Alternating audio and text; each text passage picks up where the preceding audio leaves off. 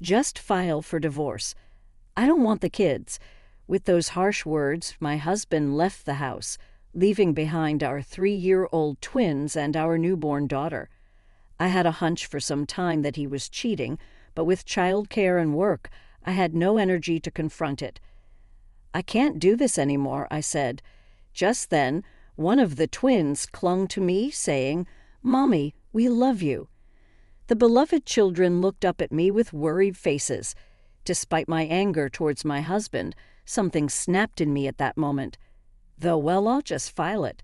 I immediately signed the divorce papers with a smirk. He's the one who's going to be in trouble. He doesn't realize how much I've been supporting him. Unknowingly, he had begun his descent into hell. "I'll be home late again." How many times have I heard that? My name is Iris. I'm 34. We got married 4 years ago, and he was 2 years younger, which led me to spoil him at first. The following year, we had twin girls, and 3 years later, another daughter. His return home began to get extremely late around the time our last child was born. "I hope the third one is a boy. I've always dreamed of playing catchball with him," he said during the pregnancy. But his attitude soured as soon as he found out it was another girl. At the hospital, he grimaced upon seeing our newborn daughter. "She doesn't look like me. She's not cute," he said. At that moment, intense anger welled up inside me. How can you say your own child isn't cute? Maybe he was already considering divorce by then. Even after I came home from the hospital, his sulkiness continued. He barely helped with childcare. Show a little interest in the kids. If you're short on hands, hire a babysitter or something. You've got savings from your job. I worked at a top tire company, earning significantly more than most women my age. On the other hand, my husband struggled to keep a job, often quitting before I even noticed. Perhaps he was envious that I was more successful at work. At the time, he was also doing temporary work, unsure of how long it would last. I didn't expect any financial support from him, but I wished he'd at least fulfill his role as a father. "Spend some time with the kids at night," at least I pleaded. "What a hassle," he said when I asked him to do it. He reluctantly did it, but it was so apparent that my daughters were bored with it. He somewhat realized he wasn't being embraced by them, which he didn't like, leading to a terrible vicious cycle. Then one day he stopped helping with the kids altogether. "I'm tired from work. Let me rest on the weekends," he said. And on weekends, he either stayed in his room or went out with someone. "I have to work this holiday. If you don't watch the kids, I have plans too." "See you," my husband said, leaving without listening to me. I could not leave the children alone at home, so I often had to ask for a babysitter last minute. If it continues like this, it would surely destroy our marriage and negatively affect our children, I thought. Thinking this, I decided to talk to my in-laws the next day. However, that's just how husbands are. A wife needs to be patient. More importantly, could you do that thing we talked about last time? My visit to my in-laws ended with them ignoring my concerns and asking for favors. My parents live far away, so it's hard to meet them. I feel guilty even calling, not knowing who to turn to. Returning home in the evening, I'm greeted by my husband in pajamas and a messy house. The kids, bored, playing with toys, instantly smile upon seeing me. "Where have you been all this time?" "I had to stop by the NLAR for a bit." "Hurry up and make dinner. I'm starving." "If you've been home all day, couldn't you do some laundry or clean the bath?" Hearing this, my husband snorted in amusement. I decided not to do anything for someone who doesn't show gratitude. "What do you mean?" "I cleaned the bath yesterday and you didn't thank me." "Didn't I say thank you?" "Not that I mean, like at least $100. He stretched out his hand, gesturing for money. What is he talking about? I must have looked distant, tired, and irritated. I pulled him aside to the bathroom so the kids wouldn't hear and retorted, "I am working, doing the chores, raising the kids, all of it, and you have never helped." "That's a wife's job." "Then what's your job?" "I work too." He barely earns $1,000 a month and does nothing around the house. Our argument lasted about an hour until, "Mommy, I'm hungry." My daughter's call snapped me out of it. My husband left in a huff, but I ignored him and rushed to prepare dinner. During these tense days, I discovered something. My husband is cheating. I confided this to a colleague from college. She had divorced due to her husband's affairs and advised me to gather evidence immediately. To tell the truth, I noticed my husband's affair quite some time ago.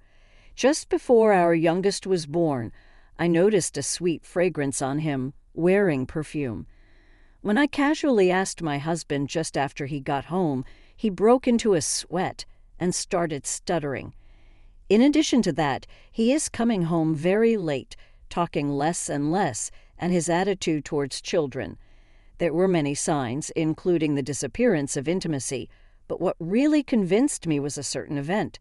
There was lipstick in the pocket of your jacket. "It's mine, my lips get chapped. You're using Channel's pink lipstick."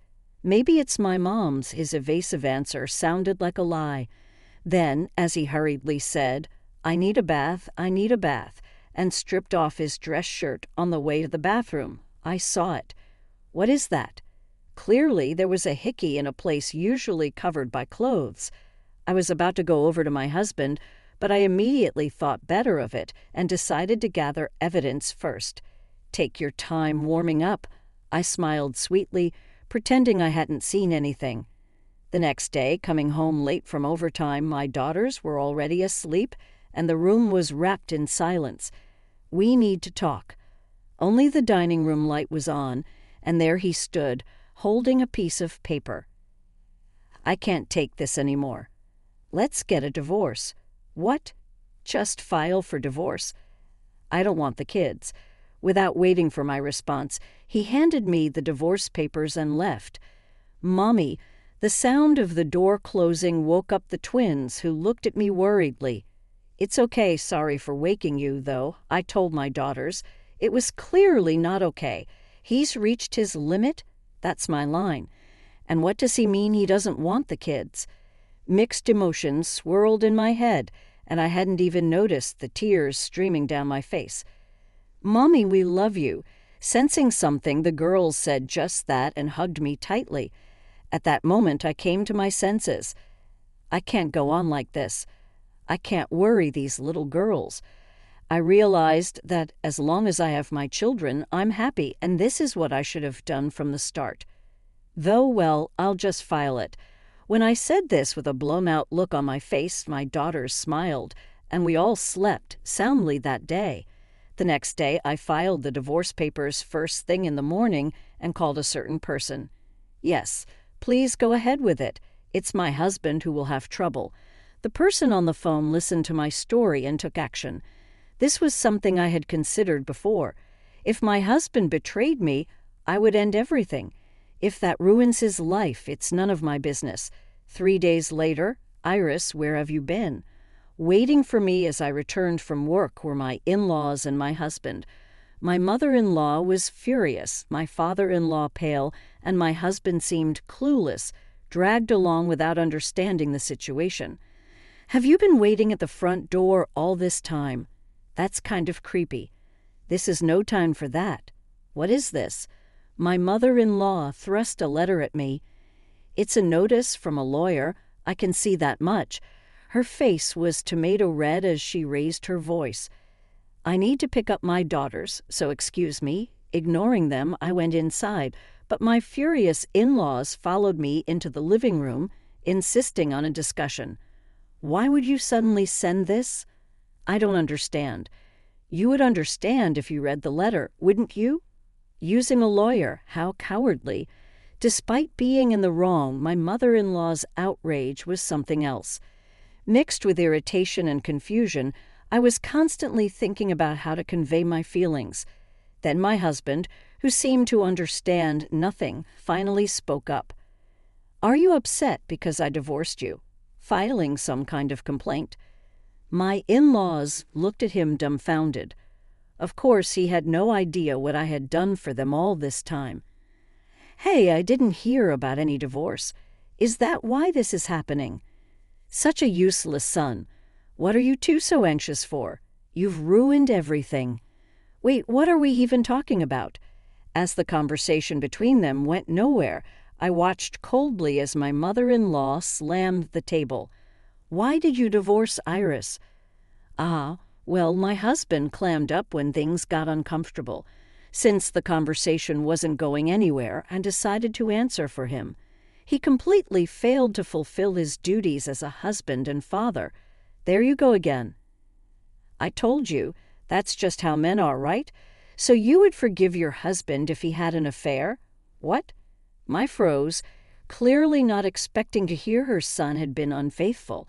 My husband tried to interject, but a sharp glare from me shut him up. Then, oddly, my father-in-law started defending his son.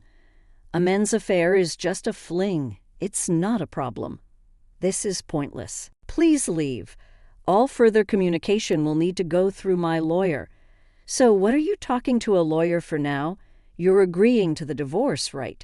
My husband was confused, clueless about what was going on. Agreeing? I filed for divorce straight away. Then what is all this about? While arguing with my husband, my mother-in-law suddenly started crying loudly. Paying $556,000 in one lump sum is impossible. What large sum? What are you talking about? Who's paying whom? Finally, the moment had come. Time for my husband to regret. I proudly revealed what I had kept hidden until now. It was right after we got married 4 years ago. I was called to my in-laws' house alone, where my mother-in-law said she had a serious matter to discuss. Nervous just because she was his mother, I was prepared to help however I could, but the words that came out of her mouth were shocking. "I need $60,000, she said out of the blue, leaving me utterly confused. As I hesitated, she bluntly asked about my salary. Unable to withstand her pressure, I admitted it was over $100,000, and her eyes lit up. Apparently, my father-in-law had gotten into horse racing, losing big amounts without ever winning, and had even accumulated debt. Desperate for $60,000 to cover his debts, she pleaded with me, and I couldn't say no.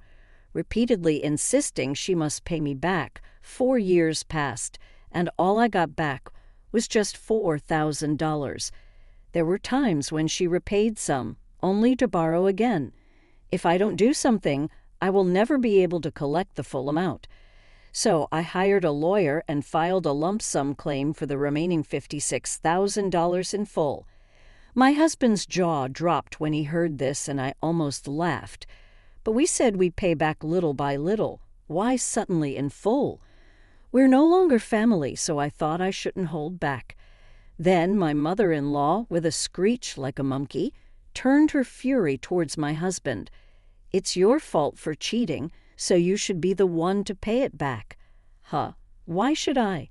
We're not working anymore, and our pension won't cover it. If you want me to live in your parents' house, you'll do what I say.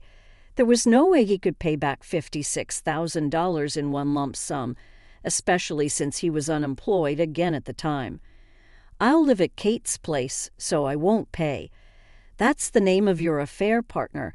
As I grew increasingly absurd listening to this family quarrel, I decided it was time to deliver the final blow.